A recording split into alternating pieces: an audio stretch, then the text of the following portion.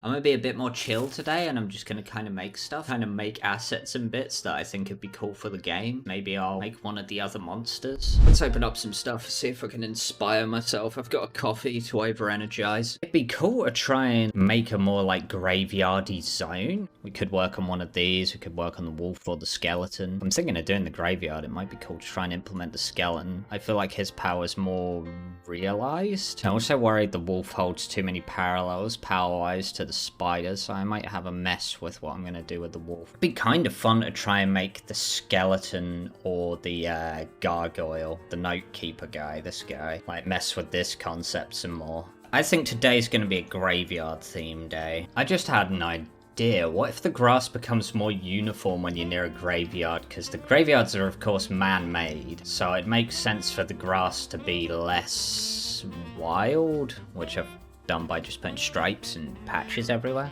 I kind of like this as well because it's a reference to medieval. I'd like to make wall gargoyles actually just straight up a medieval reference. If I do a wall base where what I have is I have a basic wall that's a specific set size, and then I have turrets for corners so that I can add rotations to the wall but hide them. Should be able to do interesting shaped walls. So basically anytime I want the wall to rotate, I do a pillar and then I do the walls like that. I'll probably need to duplicate the fence rather than expand it the way I did, just because texture stretching. So what I'll probably do is I'll just increase the standard size a little bit, because that's an incredibly short wall for now. If I have a standard size, then I can have a standard loop.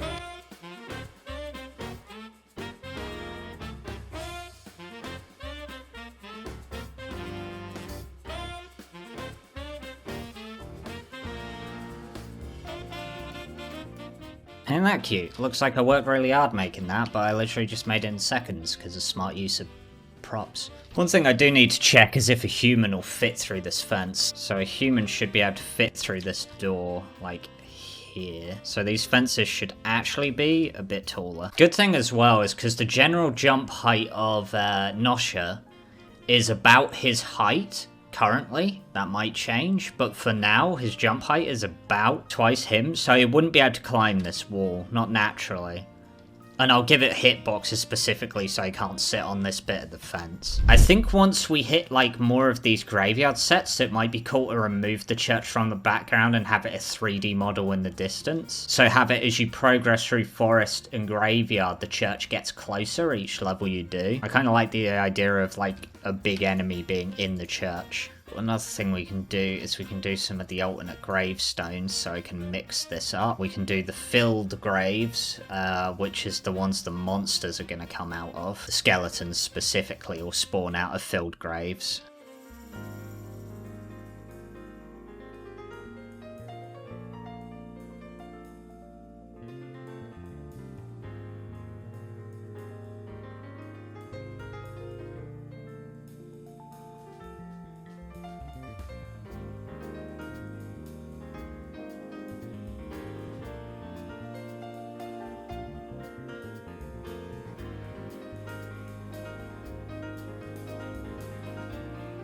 That's better.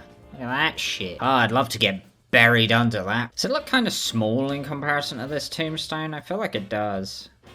I think it should be bigger. Oh, who needs a fill bucket when I could just wag my hand across the screen? It'd be cool to try and do like a path thing or something.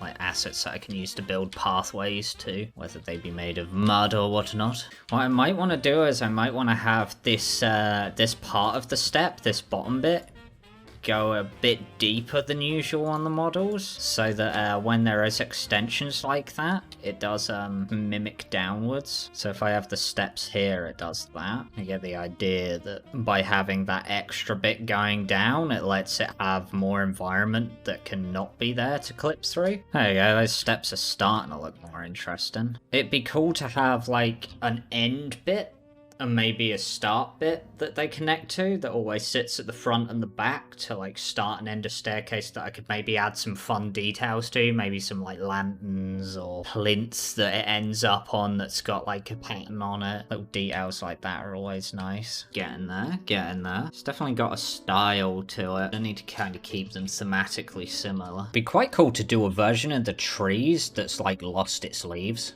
So we're gonna have some like dead trees in the graveyard. That could be fun. I'm kind of running out of steam for doing this bit for now. So I'm going to do one finding building bit, just so the path leads up to something. So I'm going to make one more prop today for this. And then we're going to make a monster or something. Just do something silly and different for the last bit. Let's just make a general building. I should get used to doing separate meshes and side models like this, because doing something like this is far more efficient than having it connected. And because it's not going to animate, I don't really need to worry about that too much. Spooky chapel. Can't be a horror themed platformer without a chapel or two. There's a chapel hidden deep underground. Oh, there it is. Never mind. Wasn't that deep underground. It's not a very fancy chapel. There we go. Super rough or first look at some more like graveyard assets. I would say from a distance, it's very clear that there's some stuff going on with the stairs. I can't tell where the array hits. It's not merging, which actually makes sense because I haven't given it a place to merge. Not bad for a set of props. They're still unfinished, but they will do. That wouldn't be a main church anyway. Like, you can tell I want the main church to be huge. So you've got the church for the normal sized people and then the church for the super sized people, because the door's as big as the expanded church. Cheating with the Celt cross on the top is probably not what I'd do. I'd probably do a different cross for the top of the roof, but it's just an asset I have at the moment. So in terms of finishing off version 1 and making something I like the look of, this is pretty decent. I think these are two models I do want to do. Notekeeper's going to be a bit trickier. I need to throw him through a couple more design phases, I reckon, because I like him, but he's not finished. Skeleton's pretty cute though. I might make the skeleton human sized though. Okay, don't know whether I'm using this model or not, but let's make a skeleton.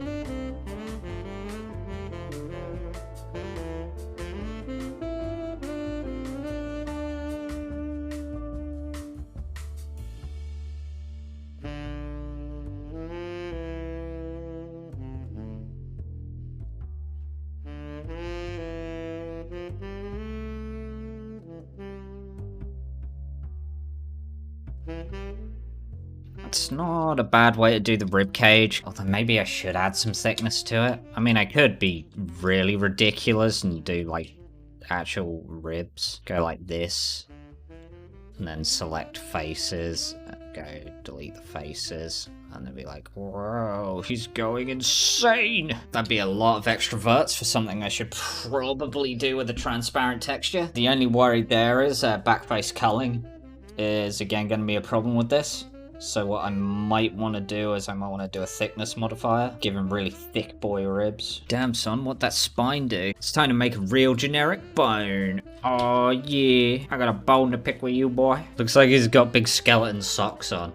Good for him. What the fuck have I made? I'm a skeleton. He's goofy as shit. I made a skeleton. I probably want to add a bit more detail to the hands and the feet, but I want to do a lot of that in texture, because having full hands is definitely a vert nightmare, and he doesn't need them. Same with the feet, he just doesn't need them. Better to do something more stylized. What I could do is I could do the classic cartoon thing where I separate a finger off. Where did this skeleton get all this brown cloth? Kinda cute for a textureless skeleton. I made a skeleton!